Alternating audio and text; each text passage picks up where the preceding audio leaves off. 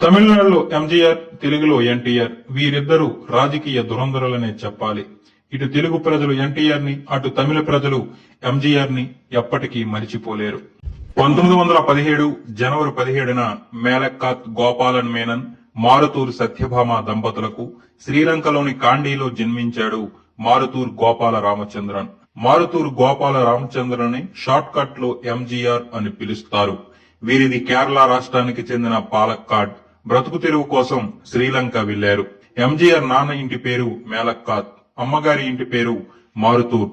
ఎంజీఆర్ తన ఇంటి పేరుని అమ్మ వైపు నుంచే పెట్టుకున్నాడు.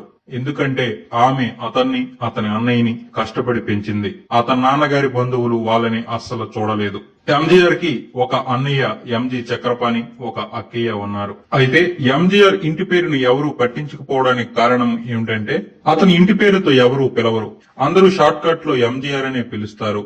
వాళ్ళ అమ్మగారి ఇంటి పేరు ఎంఏ, వాళ్ళ నాన్నగారి ఇంటి పేరు ఎంఏ వస్తుంది. ఎవరూ పట్టించుకోకపోవడానికి కారణం అది కూడా ఒకటి. 1946లో డైరెక్టర్ ఏఎస్ఏ స్వామి ఎంజీఆర్ కి లీడ్ రోల్ ఇస్తూ రాజకుమారి అనే సినిమా తీశాడు. ఈ సినిమా 1947 ఏప్రిల్ 11న విడుదలైంది. ఈ సినిమాకి కరుణానిధి అసిస్టెంట్ రచయితగా ఏఎస్ఏ స్వామి దగ్గర పనిచేశాడు. ఈ సినిమాతో కరుణానిధికి ఎంజీఆర్ కి మంచి పరిచయం ఏర్పడింది. ఇద్దరు స్నేహితులయ్యారు. అయితే రాజకుమారి మంచి హిట్ అయింది గాని ఎంజీఆర్ కి పెద్ద పేరు మాత్రం తీసుకురాలేదు. ఎంజీఆర్ కి రాజకుమారి తర్వాత హీరోగా అవకాశాలు రాలేదు. మళ్లీ సెకండ్ కేటగిరీ పాత్రలే పోషించాడు. ఆ తర్వాత మళ్లీ కరుణానిధి ఎంజీఆర్ ని దృష్టిలో పెట్టుకుని ఒక కథ రాశాడు. అదే మంత్రి కుమారి. ఈ కథని ఎలిస్ ఆర్ దొంగల్ గారికి చెప్పాడు. ఇద్దరు ఎంజీఆర్ ని హీరోగా పెట్టాలని నిర్ణయించుకున్నారు. నిర్మాత టి సుందరం కూడా ఎంజీఆర్ ని హీరోగా పెట్టడానికి ఒప్పుకున్నాడు. కానీ సినిమా సగం షూటింగ్ అయ్యేసరికి నిర్మాత సుందరానికి, దర్శకుడు ఎలిస్ ఆర్ దొంగనికి మనస్పర్ధలు వచ్చాయి. దాంతో దొంగను తప్పుకున్నాడు. మిగతా పార్ట్ అంతా నిర్మాత టి సుందరం గారే దర్శకత్వం వహించాడు. 1950 జూన్ 24న వచ్చిన మంత్రి కుమారి తమిళంలో సూపర్ హిట్ అయింది. ఈ సినిమా సూపర్ హిట్ అవడంతో పాటు ఎంజీఆర్ కి నటుడిగా మంచి పేరు తీసుకొచ్చింది. 100 రోజులు ఆడింది ఈ సినిమా. తర్వాత మళ్లీ కరుణానిధి ఎంజీఆర్ కోసం మరొక కథ రాశాడు. ఆ కథ 1953లో ఎస్ఎం శ్రీరాములు నాయుడు గారికి చెప్పాడు. అది ఆయనకు బాగా నచ్చింది. దాంతో ఆయనే దర్శకుడిగా, నిర్మాతగా వ్యవహరిస్తానని చెప్పాడు. కానీ ఎంజీఆర్ ని హీరోగా పెట్టాలని కరుణానిధి పట్టుబట్టాడు. అందుకు శ్రీరాములు నాయుడు గారు కూడా అంగీకరించి దర్శకత్వం వహించారు. ఇందులో ఎంజీఆర్ కి జోడీగా భానుమతి గారిని ఎంపిక చేశారు. సినిమా పేరు మల్లై కల్లన్. 1954 జూలై 22న విడుదలైన ఈ సినిమా 96 లక్షలు వసూలు చేసింది. అప్పట్లో ఈ వసూళ్లు చాలా ఎక్కువ. ఈ సినిమా తర్వాత ఎంజీఆర్ వెనుదిరుగు చూసుకోలేదు. మంత్రి కుమార్ సినిమా షూటింగ్ జరుగుతున్నప్పుడే కరుణానిధి, ఎంజీఆర్ సిఎన్ అన్నాదురై స్థాపించిన ద్రావిడ మున్నేట కజగం అనే పార్టీలో చేరారు. ఆ పార్టీ డిఎంకే. మల్లై కల్లన్ సినిమా తర్వాత ఎంజీఆర్ కి వరుస అవకాశాలు వచ్చాయి.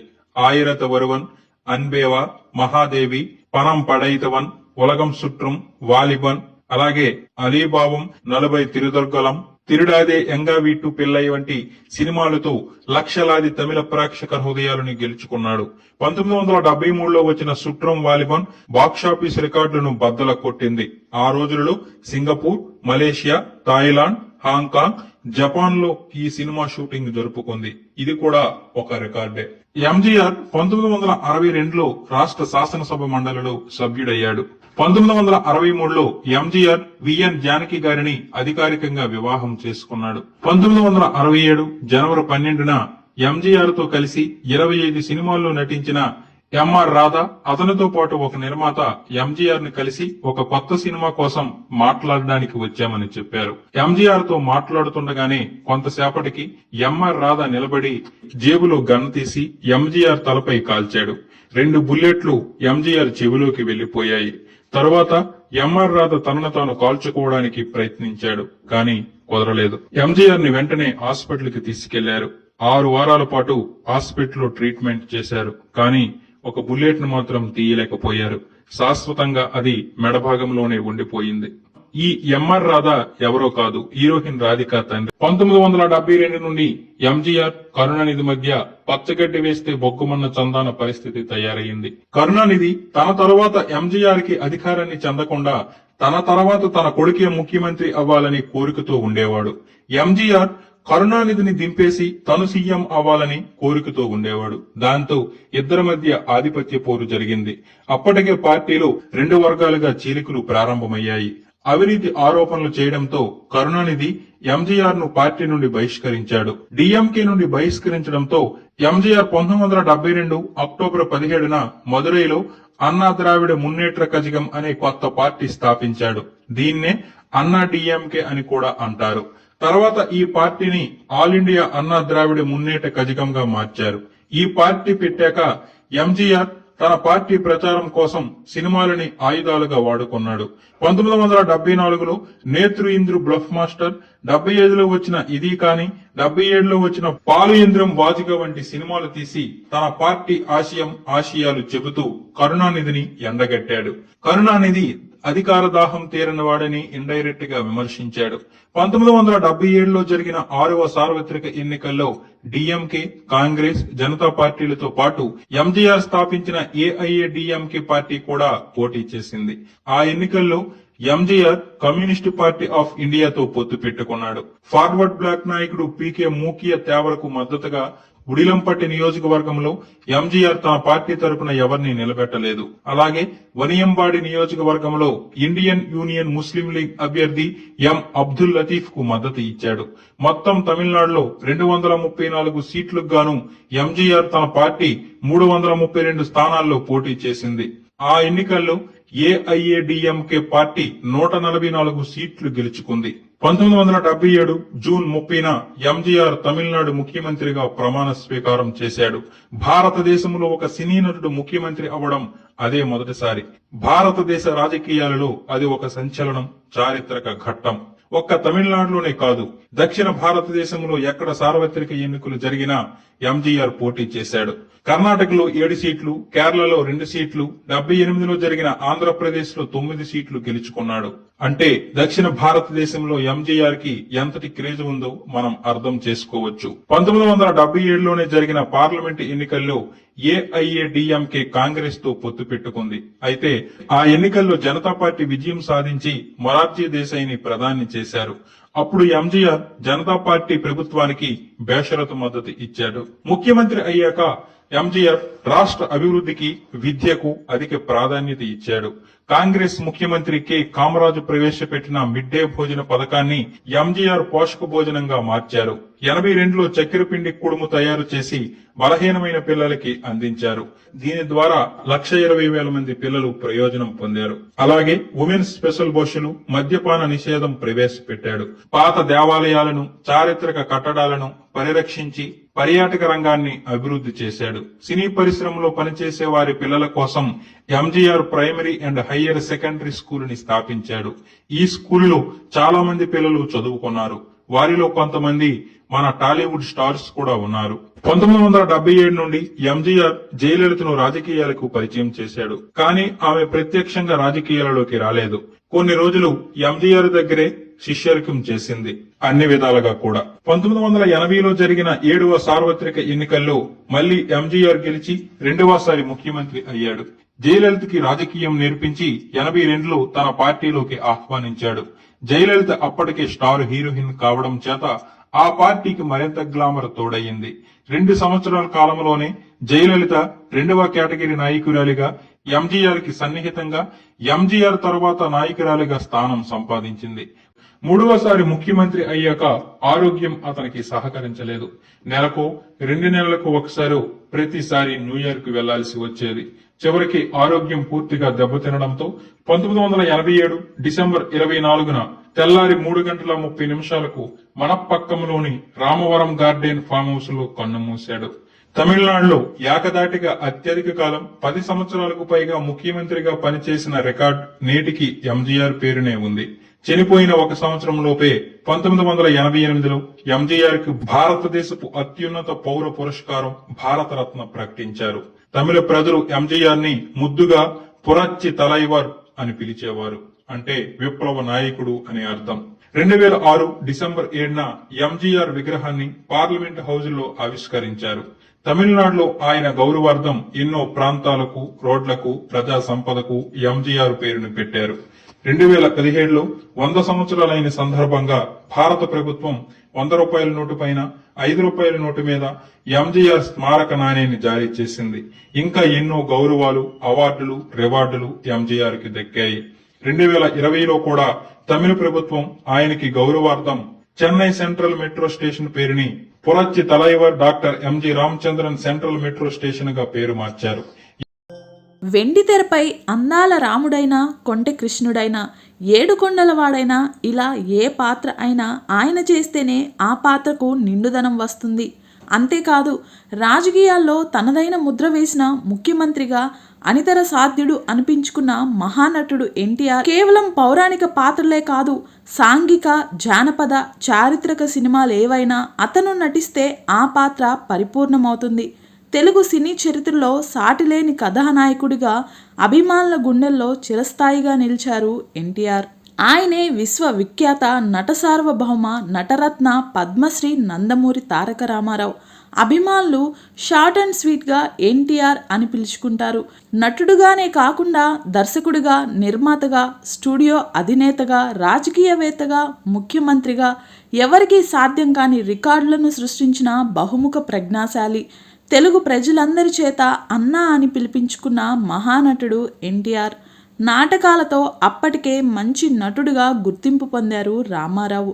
అతనిలోని నటుడిని గుర్తించిన ప్రముఖ దర్శక నిర్మాత బిఏ సుబ్బారావు పల్లెటూరు పిల్ల చిత్రంలో అవకాశం ఇచ్చారు.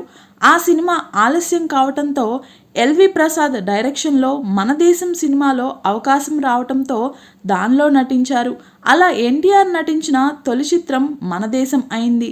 1949లో వచ్చిన ఆ మూవీలో ఒక పోలీస్ ఇన్స్పెక్టర్ పాత్ర పోషించారు. ఆ తర్వాత 1950లో పల్లెటూరు పిల్ల విడుదలైంది.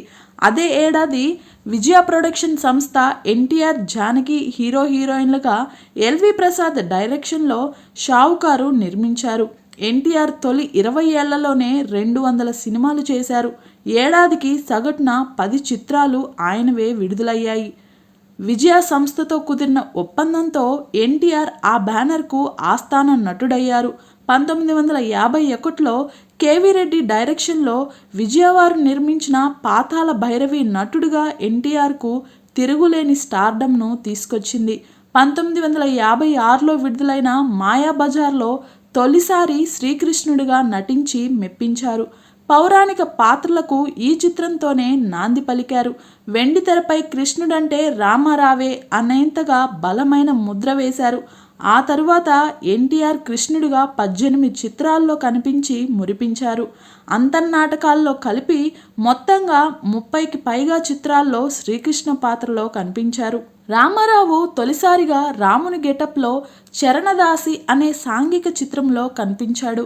రామారావు శ్రీరాముని గెటప్లో పూర్తి స్థాయిలో కనిపించింది మాత్రం తెలుగు సినిమాలో కాదు, తమిళంలో తీసిన సంపూర్ణ రామాయణంలో.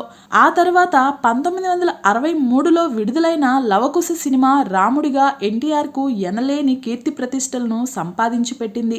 ఆ తర్వాత రామాంజనేయ యుద్ధం, శ్రీరామ పట్టాభిషేకం వంటి సినిమాల్లో పురుషోత్తముడి పాత్రలో మెప్పించటం విశేషం. 1959లో ఏవిఎం వారు నిర్మించిన భూకైలాస్ చిత్రంలో రావణ బ్రహ్మ పాత్రకు జీవం పోశారు రామారావు. ఆ తర్వాత తన సొంత బ్యానర్ నిర్మించిన సీతారామ కళ్యాణం చిత్రానికి తొలిసారి దర్శకత్వం వహించారు. అందులో రావణుడిగా నటించి మెప్పించారు. తర్వాత వెంకటేశ్వర స్వామి మహత్యం, శ్రీ తిరుపతి వెంకటేశ్వర స్వామి కళ్యాణం సినిమాల్లో వెంకటేశ్వరుడిగా మెప్పించారు. ఆయన నటించిన చిత్రాల్లో దాదాపు 97% చిత్రాలు బాక్సాఫీస్ దగ్గర సక్సెస్ సాధించటం విశేషం. తెలుగులో ఇలాంటి రేర్ రికార్డ్ ఎవ్వరికీ లేదు. అంతేకాదు, ఆయన సినిమాలు మళ్ళీ రిలీజ్ అయితే మళ్ళీ మొత్తం పెట్టుబడి తిరిగి రాబట్టగలగటం ఎన్టీఆర్కే సాధ్యమైంది. పౌరాణికాలే కాదు, జానపద సినిమా హీరోగా ఎన్టీఆర్ తిరుగులేని మాస్ ఇమేజ్ సంపాదించుకున్నారు. 1977లో కె రాఘవేంద్రరావు దర్శకత్వంలో తెరకెక్కిన అడవి రాముడితో ఎన్టీఆర్ క్రేజ్ ఎన్నో రెట్లు పెరిగింది. ఈ సినిమాతో ఎన్టీఆర్ హీరోగా సెకండ్ ఇన్నింగ్స్ మొదలుపెట్టారు. వరుసపెట్టి మాస్ సినిమాలతో దడదళ్లాడించారు. అడవిరాముడు విడుదలకు ముందు అదే ఏడాది విడుదలైన దానవీర శూరకర్ణను ఎవరూ మర్చిపోలేరు.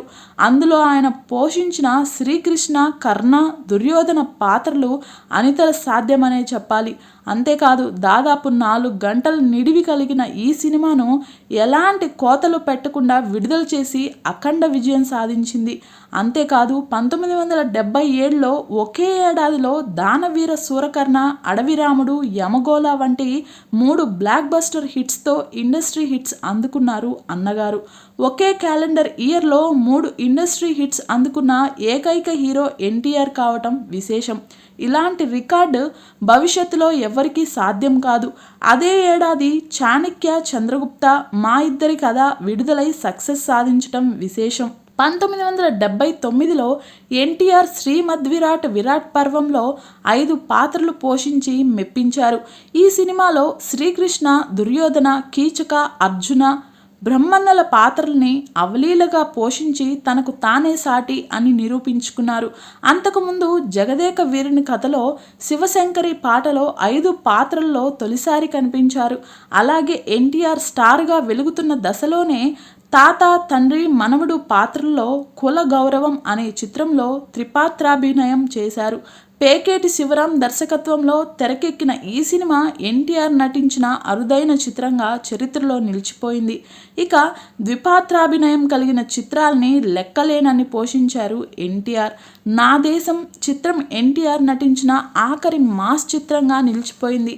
ఆ తర్వాత ఆయన తెలుగుదేశం పార్టీ పెట్టి 9 నెలల్లోనే ముఖ్యమంత్రి అయ్యి ప్రభుత్వాన్ని ఏర్పాటు చేసి చరిత్ర సృష్టించారు. ముఖ్యమంత్రిగా పదవిలో కొనసాగుతూ ఉండగానే ఎన్టీఆర్ బ్రహ్మర్షి విశ్వామిత్ర, సామ్రాట్ అశోక, మేజర్ చంద్రకాంత్, శ్రీనాథ కవి సార్వభౌమ లాంటి చారిత్రక, పౌరాణిక చిత్రాలు తీసి తనకు తానే సాటి అనిపించుకున్నారు. ఎన్టీఆర్ తాను కన్ను మూసే వరకు చేసిన ఎక్కువ చిత్రాలు హీరో టైటిల్ పేరు మీదనే ఎక్కువ చేశారు. ఒక రకంగా టైటిల్ పాత్రలు ఎక్కువ పోషించిన హీరోగా ఎన్టీఆర్ రికార్డులకు ఎక్కారు.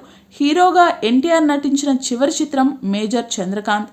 కానీ అంతకుముందు ఈయన యాక్ట్ చేసిన శ్రీనాథ కవి సార్వభౌముడు సినిమా ఆలస్యంగా విడుదలైంది. ఈ రకంగా నటించిన ఆఖరి చిత్రం మేజర్ చంద్రకాంత్ అయినా నటుడిగా థియేటర్స్లో విడుదలైన చివరి చిత్రం శ్రీనాథ కవి సార్వభౌముడు చిత్రం. ఎన్టీఆర్ తన 44 ఏళ్ల సినీ జీవితంలో 13 చారిత్రకాలు, 55 జానపద, 186 సాంఘిక మరియు 44 పౌరాణిక చిత్రాలు చేసి తెలుగు తెరపై చెరగని ముద్ర వేశారు. అంతేకాదు హిందీలో నయా ఆద్మీ, చండీ రాణి అనే 2 సినిమాలతో పాటు తమిళంలో పలు చిత్రాల్లో నటించారు.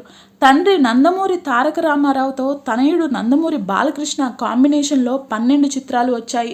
అందులో ఎక్కువ శాతం సక్సెస్ సాధించాయి. అంతేకాదు ప్రపంచ సినీ చరిత్రలో ఓ తండ్రి కొడుకులు హీరోలుగా ముఖ్య పాత్రలో ఇన్ని సినిమాల్లో నటించిన వాళ్ళు ఎవరూ లేరు. ఇది కూడా ఒక రికార్డ్. ఎన్టీఆర్కు 7 తనయులు: జయశంకర కృష్ణ, రామకృష్ణ, హరికృష్ణ, సాయికృష్ణ, జయకృష్ణ, మోహనకృష్ణ, బాలకృష్ణ. ఎన్టీఆర్ సినీ రాజకీయ జీవితంపై ఆయన తనయుడు నందమూరి బాలకృష్ణ ఎన్టీఆర్ కథానాయకుడు, ఎన్టీఆర్ మహానాయకుడు సినిమాలను తెరకెక్కించారు. ఇక ఆయన జీవిత చరమాంకంలో జరిగిన రాజకీయాల నేపథ్యంలో రామ్ గోపాల్ వర్మ లక్ష్మీస్ ఎన్టీఆర్ సినిమా రూపొందించారు. ఈ సినిమాలేవి బాక్సాఫీస్ దగ్గర సరైన ఫలితాలను అందుకోలేదు. చలనచిత్ర రంగంలో చెరగని ముద్ర వేసిన రామారావు ఆయన జీవిత చరిత్రపై తీసిన సినిమాలు ప్రేక్షకులను మెప్పించలేకపోయాయి. ఏమైనా తెలుగు చలనచిత్ర చరిత్రలో ఎన్టీఆర్ది తిరుగులేని ప్రస్థానం అనే చెప్పాలి.